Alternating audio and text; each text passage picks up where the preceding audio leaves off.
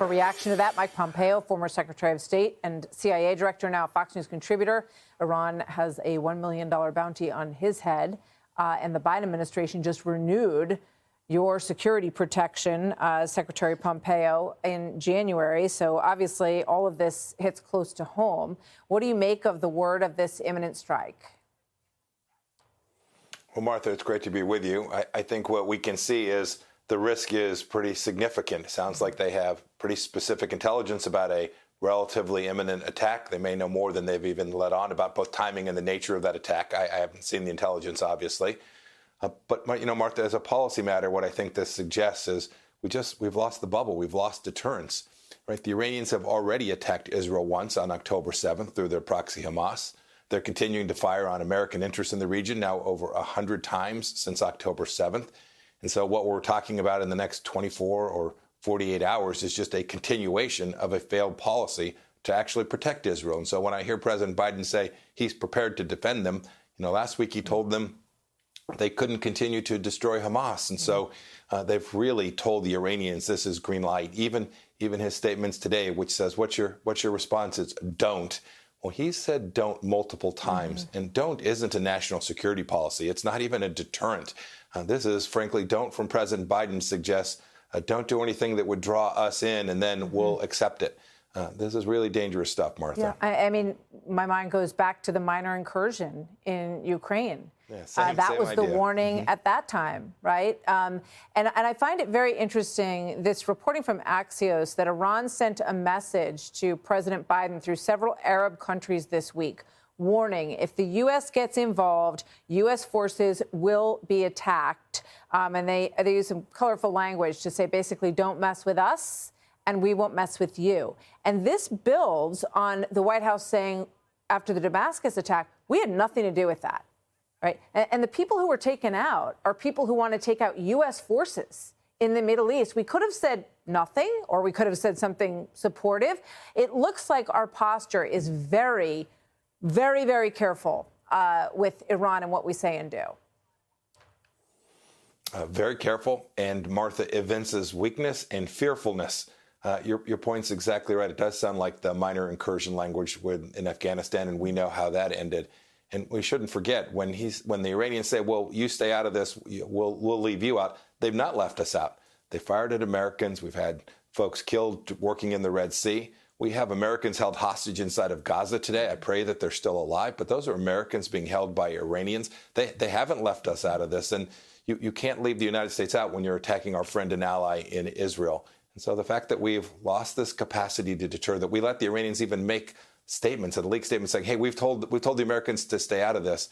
That evinces a weakness that is a green light for a regime that has made very clear their intention to destroy the little Satan in Israel and the great Satan in America.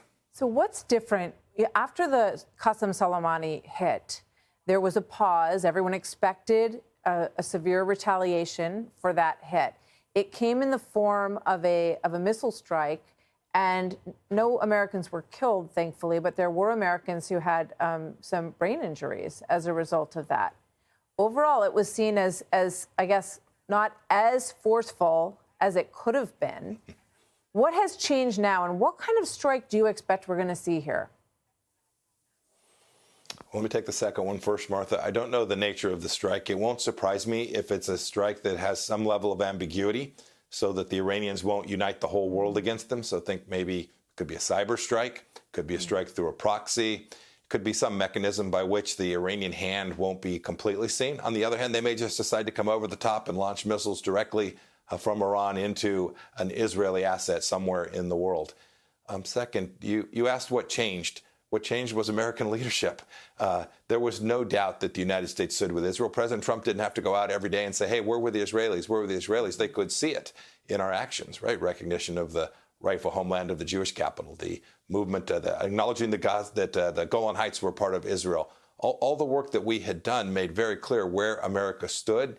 And when you're out having to just reiterate in the time of crisis that you're with an ally, that suggests somehow that in the minds of the Gulf Arab states, frankly, probably in the Israeli leadership minds, and certainly in the minds of the Ayatollah, they are very worried if America will walk away if it's not an American interest that is harmed in this strike. So if Iran is sensing wobbliness How emboldened are they? Maybe they see this as a moment where they do want to go further than they may have gone in the past. They don't want there to be an Israel. This is a very real risk. You know this, Martha. We've talked about this. Getting deterrence back once you've lost it is incredibly difficult, and it requires resolve. And you can't at every turn be talking about the fact that you're fearful of escalation. When you begin to talk about, well, we're not going to do anything to the Iranians, we're out of this game, they view that as a green light. And so you're right, continued aggression. Think about the fact that we've told Israel, hey, you have to be way more careful, when in fact we know the Israelis are fighting in a way that is as careful as combat can be conducted.